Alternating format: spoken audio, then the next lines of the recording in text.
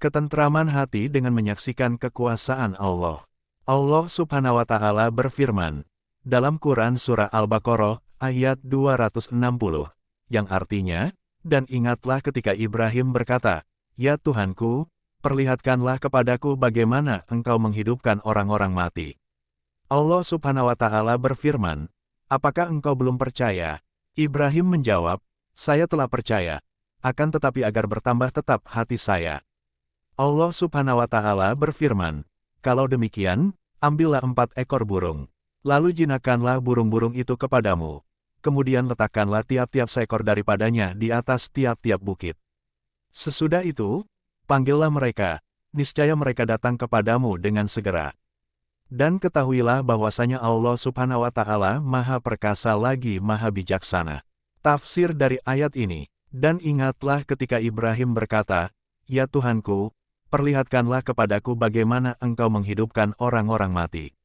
Ibrahim alaihi salam menanyakan hal itu tak lain adalah agar ilmunya menjadi nyata. Allah Subhanahu wa Ta'ala berfirman, "Apakah engkau belum percaya bahwa aku kuasa menghidupkan dengan mengulangi penyusunan dan kehidupan?" Ibrahim menjawab, "Saya telah percaya, akan tetapi agar bertambah tetap hatiku." Maksudnya, tentu saja saya telah percaya.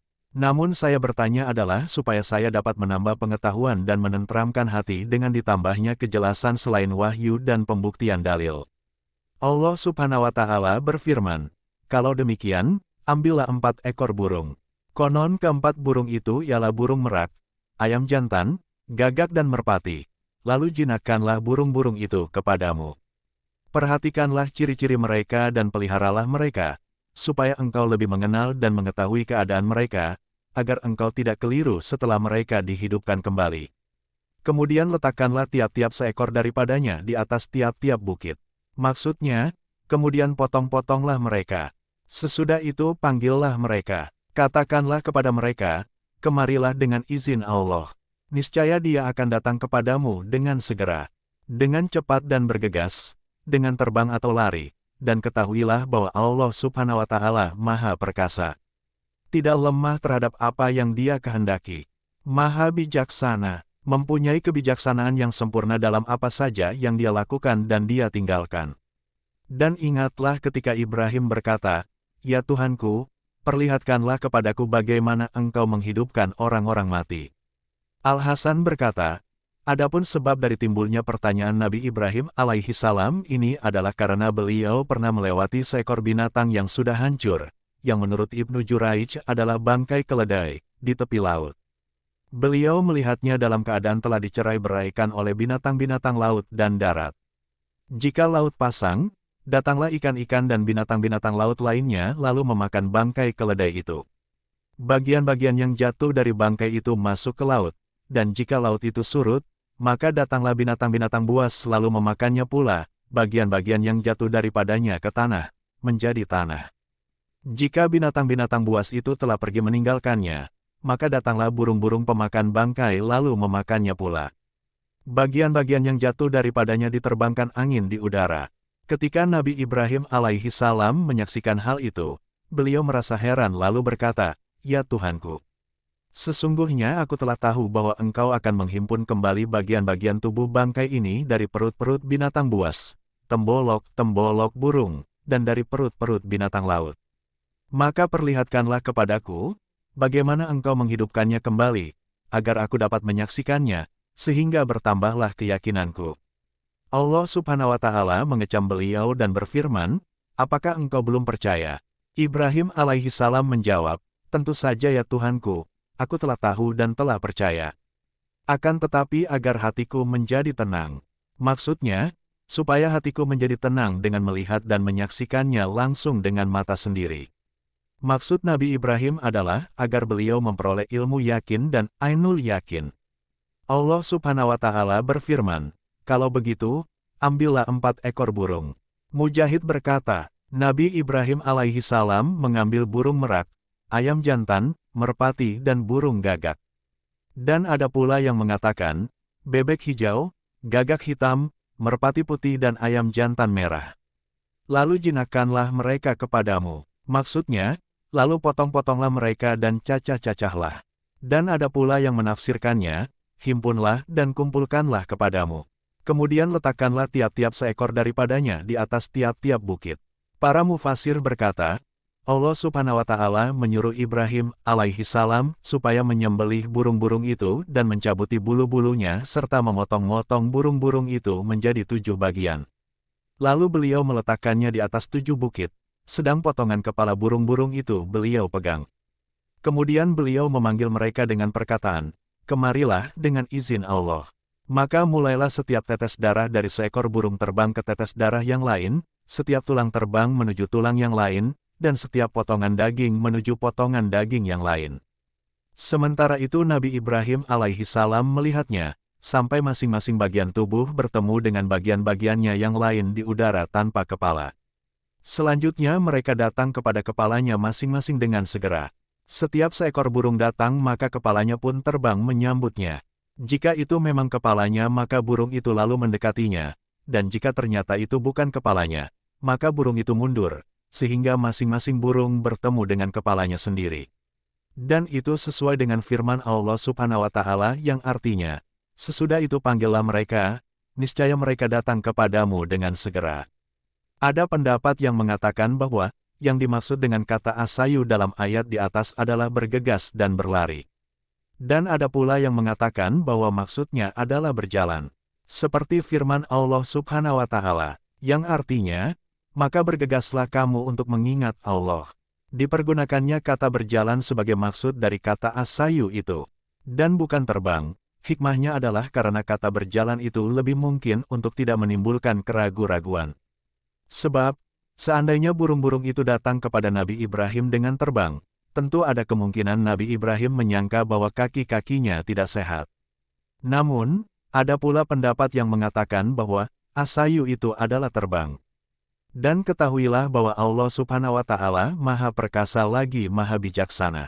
Dikutip dalam tafsir Ma'alim, diriwayatkan bahwa ketika Allah Subhanahu wa Ta'ala hendak menciptakan langit dan bumi, Dia menciptakan suatu material yang berwarna hijau, yang besarnya berkali-kali lipat daripada langit dan bumi. Kemudian Dia memandangnya dengan pandangan hebat, sehingga material tersebut menjadi air. Kemudian, Dia pandang air itu maka bergejolaklah air itu dan muncullah buih, asap dan uap. Dan air itu bergetar karena takut kepada Allah. Karena itulah, air selalu bergetar atau bergelombang hingga hari kiamat. Dari asap itu, Allah Subhanahu wa Ta'ala menciptakan langit, dan dari buih itu Dia menciptakan bumi. Kemudian Allah Subhanahu wa Ta'ala mengutus malaikat dari bawah arsy. Maka meluncurlah ia ke bumi sampai masuk ke bawah lapisan ketujuh dari bumi. Lalu diletakkannya bumi itu di pundaknya, sedang salah satu tangannya berada di timur dan yang satunya lagi di barat. Keduanya terlentang sambil menggenggam bumi yang 7 sampai bumi itu benar-benar stabil. Namun tidak ada tempat berpijak bagi kakinya.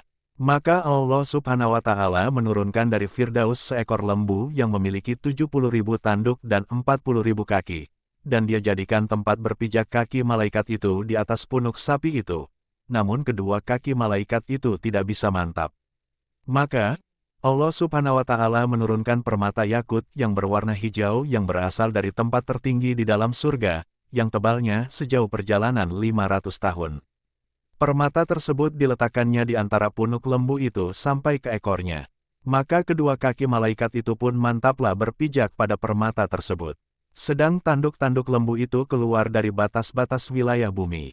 Akan tetapi lembu itu berada di lautan. Pada setiap harinya, dia bernapas 2 kali. Jika dia bernapas maka pasanglah air laut, dan jika dia menahan napas maka air laut pun surut kembali. Namun, kaki-kaki lembu itu tidak mempunyai tempat berpijak. Maka Allah Subhanahu wa Ta'ala menciptakan batu karang setebal 7 kali langit dan bumi. Di sanalah kaki-kaki lembu itu berpijak dengan mantap. Dan batu karang itu tidak mempunyai tempat menetap. Maka Allah Subhanahu wa Ta'ala lalu menciptakan Nun, yaitu seekor ikan besar bernama Nun. Panggilannya Yalhub dan gelarnya Yahmud. Allah Subhanahu wa Ta'ala meletakkan batu karang itu di atas punggung Nun, sedangkan seluruh tubuhnya kosong tidak ada apa-apa. Nun itu berada di laut dan laut itu berada di atas punggung angin, dan angin berada dalam kekuasaan Allah Subhanahu wa Ta'ala. Ka'ab al-Ahbar berkata, sesungguhnya iblis pernah masuk ke dalam jasad Nun yang di atas punggungnya ada bumi seluruhnya berikut pepohonan, binatang melata dan sebagainya, lalu ia berkata kepada ikan itu, lemparkan saja beban-beban yang berat itu seluruhnya dari atas punggungmu. Ka'ab berkata, ikan itu pun tergugah untuk melakukan suruhan iblis tersebut. Namun Allah Subhanahu wa Ta'ala lalu mengirim seekor binatang. Binatang itu masuk ke dalam lubang hidung ikan itu sampai ke otaknya. Maka ikan itu berteriak kepada Allah Subhanahu wa Ta'ala karena gangguan binatang itu. Lantas Allah Subhanahu wa Ta'ala mengizinkan binatang itu untuk keluar, dan ia pun keluar. Ka'ab melanjutkan, ikan itu memperhatikan binatang tersebut, begitu pula sebaliknya. Apabila ikan itu hendak melakukan seperti yang dahulu, maka binatang itu kembali masuk ke dalam lubang hidungnya sampai ke otaknya seperti tadi. Ikan inilah yang dijadikan bahan sumpah oleh Allah Subhanahu wa Ta'ala dalam firman-Nya, yang artinya, Nun, demi kalam dan apa yang mereka tulis. Sungguh benarlah Allah Subhanahu wa Ta'ala yang Maha Agung dengan segala firman-Nya. Dikutip dari tafsir Salabi rahimahullahu, ini semua merupakan tanda kekuasaan Allah Subhanahu wa Ta'ala yang Maha Luhur, Maha Besar lagi Maha Tinggi. Hal lain yang berkaitan dengan hal ihwal dunia dan akhirat. Dalam salah satu kabar disebutkan, dari Nabi Muhammad SAW bahwa beliau bersabda, yang artinya, barang siapa dahulu pernah menganiaya saudaranya baik dalam masalah kehormatan maupun hartanya, maka hendaklah ia meminta kepada orang yang teraniaya itu agar memberikannya untuknya atau menghalalkannya darinya, atau ia membayar kepadanya sebelum para seterunya itu menuntutnya di hari yang sudah tidak ada lagi dinar ataupun dirham. Cerita dari sabda ini, pada zaman dahulu, ada seorang nelayan, ia berhasil menangkap seekor ikan. Namun ikannya itu dirampas oleh seorang tentara sambil dipukulnya pula nelayan itu. Maka nelayan itu mengadukan halnya kepada Allah Subhanahu wa Ta'ala, katanya, "Ya Tuhanku, Engkau telah menjadikan diriku sebagai orang yang lemah, dan dia sebagai orang yang kuat, sehingga dia menganiaya aku. Berilah kuasa atas salah satu makhluk-Mu untuk menghukumnya, dan jadikanlah itu sebagai pelajaran bagi kaum muslimin." Ketika tentara itu tiba di rumahnya, maka ikan itu dipanggangnya. Setelah itu, diletakkannya ikan itu di atas meja makan. Ketika ia hendak mengambilnya, maka ikan itu, dengan izin Allah Subhanahu wa Ta'ala, lalu menyantapnya. Maka timbullah ulat di tangannya. Tentara itu tidak kuat menanggungnya, sehingga akhirnya dipotong tangannya yang berulat itu. Namun, ulat itu terus menjalar sampai ke lengannya, sehingga lengannya itu pun akhirnya dipotongnya pula. Pada saat tentara itu tidur, ia bermimpi melihat seseorang yang berkata kepadanya, "Kembalikanlah hak kepada pemiliknya, agar kau selamat dari penyakit ini." Setelah ia bangun dari tidurnya, maka ia pun mengerti akan hal itu. Kemudian dengan bergegas, ia menemui nelayan dan memberinya ganti sebanyak 10.000 dirham, serta meminta maaf kepadanya atas perbuatannya dahulu. Setelah nelayan itu menerima ganti rugi dan memberinya maaf, maka seketika itu juga berjatuhanlah ulat-ulat itu dari tangannya dan tangannya kembali utuh seperti sedia kala, dengan berkat kekuasaan Allah Subhanahu wa Ta'ala. Dikutip dari Mukasyafatul Qulub, dari Abu Umamah al-Bahili radhiyallahu anhu bahwa ia berkata, apabila seseorang meninggal dunia, dan telah diletakkan di dalam kuburnya, maka datanglah kepadanya malaikat lalu duduk di sisi kepalanya. Kemudian disiksanya orang itu dan dipukulinya dengan sebuah palu, sehingga tidak ada satu anggota tubuhnya pun kecuali terpenggal dan menyala di dalam kuburnya. Kemudian dikatakan kepadanya, bangkitlah dengan seizin Allah Subhanahu wa Ta'ala. Ketika dia sudah berdiri maka berteriaklah dia dengan sekuat-kuatnya, yang bisa didengar oleh seluruh makhluk yang ada di antara langit dan bumi kecuali oleh jin dan manusia. Lalu berkatalah si mayit kepada malaikat itu, "Kenapa engkau melakukan ini terhadapku dan kenapa engkau menyiksaku, padahal aku mendirikan sholat, membayar zakat dan berpuasa di bulan Ramadan?" Malaikat menjawab, "Aku menyiksamu karena suatu hari, engkau pernah melewati seseorang yang teraniaya. Orang itu meminta tolong kepadamu, namun engkau tidak menolongnya. Dan engkau pernah melakukan sholat suatu hari, tetapi engkau tidak mencuci bekas kencingmu. Oleh karena itu, ada pendapat yang mengatakan bahwa menolong orang yang teraniaya itu hukumnya wajib. Sebagaimana yang diriwayatkan dari Nabi Muhammad SAW bahwa beliau bersabda, Yang artinya, barang siapa melihat seseorang yang teraniaya, lalu orang itu meminta pertolongan kepadanya namun ia tidak menolongnya, maka ia akan dipukul di dalam kuburnya 100 kali dengan cambuk dari api neraka. Dikutip dalam Mukasyafatul Qulub, Nabi Muhammad SAW bersabda, yang artinya, barang siapa berzina dengan seorang perempuan muslimah atau bukan muslimah, baik perempuan merdeka ataupun hamba sahaya, kemudian ia meninggal dunia sebelum sempat bertobat, maka Allah Subhanahu wa Ta'ala akan membukakan baginya dalam kuburnya 300 pintu dari api. La diazab di dalam kuburnya sampai tiba hari kiamat. Dan apabila tiba hari kiamat, ia masuk ke dalam neraka bersama-sama orang-orang lain yang masuk neraka.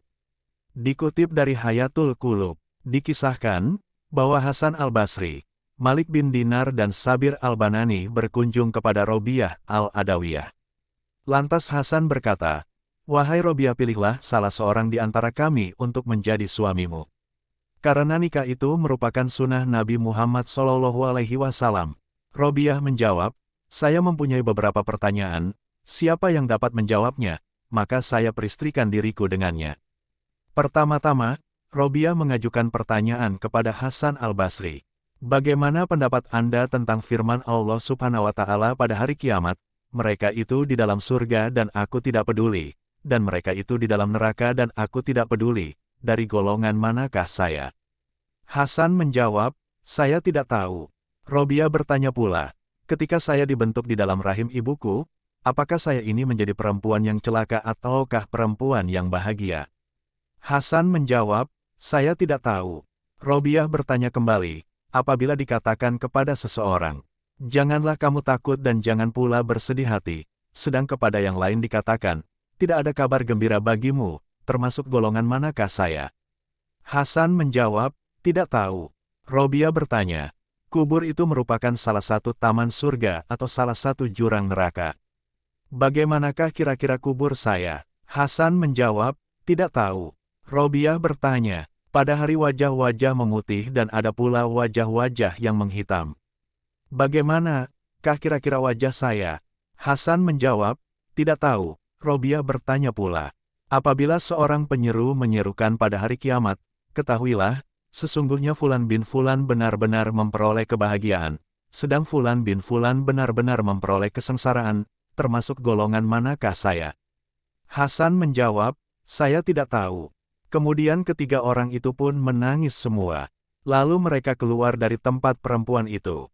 Dikutip dari Bahjatul Anwar, dalam versi lain dikisahkan, bahwa ketika suami Robiah al-Adawiyah meninggal dunia, maka Hasan al-Basri beserta kawan-kawan meminta izin untuk menemuinya. Robiah mengizinkan mereka untuk berkunjung kepadanya.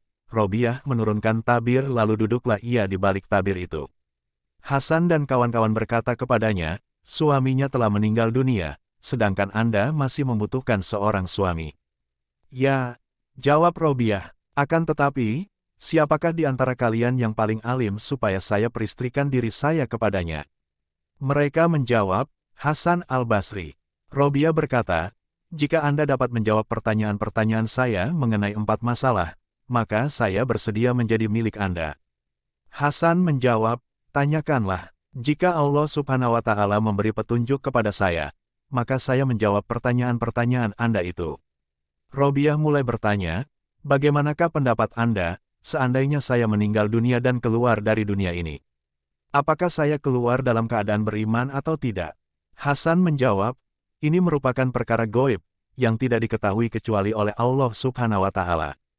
Kemudian Robiah mengajukan pertanyaan lain, "Bagaimana pendapat Anda, seandainya saya telah diletakkan di dalam kubur, dan saya ditanya oleh malaikat Munkar dan Nakir, dapatkah kiranya saya menjawab pertanyaan-pertanyaan mereka atau tidak?" Hasan menjawab, "Ini juga merupakan perkara gaib, sedangkan urusan gaib itu tidak ada yang mengetahuinya selain hanya Allah Subhanahu wa Ta'ala." Robiah mengajukan pertanyaan lagi, "Apabila manusia telah dikumpulkan pada hari kiamat, dan buku-buku catatan amal beterbangan, apakah saya menerima buku catatan amal saya dengan tangan kanan atau dengan tangan kiri?" "Ini pun termasuk perkara gaib," jawab Hasan. Kemudian Robiah bertanya kembali, "Apabila diserukan kepada manusia, segolongan di dalam surga dan segolongan di dalam neraka, Termasuk golongan manakah saya di antara kedua golongan itu? Hasan menjawab, ini pun termasuk perkara goib. Robiah kemudian berkata, orang yang selalu memikirkan tentang 4 perkara ini, bagaimana mungkin ia memikirkan pula tentang perkawinan? Setelah itu ia melanjutkan, wahai Hasan, beritahukanlah kepadaku, berapa bagiankah Allah Subhanahu wa Ta'ala menciptakan akal? Hasan menjawab, 10 bagian. 9 bagian untuk laki-laki dan 1 bagian untuk perempuan. Robiah bertanya pula, wahai Hasan, berapa bagiankah Allah Subhanahu wa Ta'ala menciptakan syahwat? Hasan menjawab, 10 bagian. 9 bagian untuk perempuan dan 1 bagian untuk laki-laki. Robiah berkata, wahai Hasan, saya mampu memelihara 9 bagian syahwat dengan 1 bagian akal, sedang Anda tidak mampu memelihara 1 bagian syahwat dengan 9 akal. Maka menangislah Hasan, lalu keluar dari tempat perempuan itu. Dikutip dari Misikatul Anwar.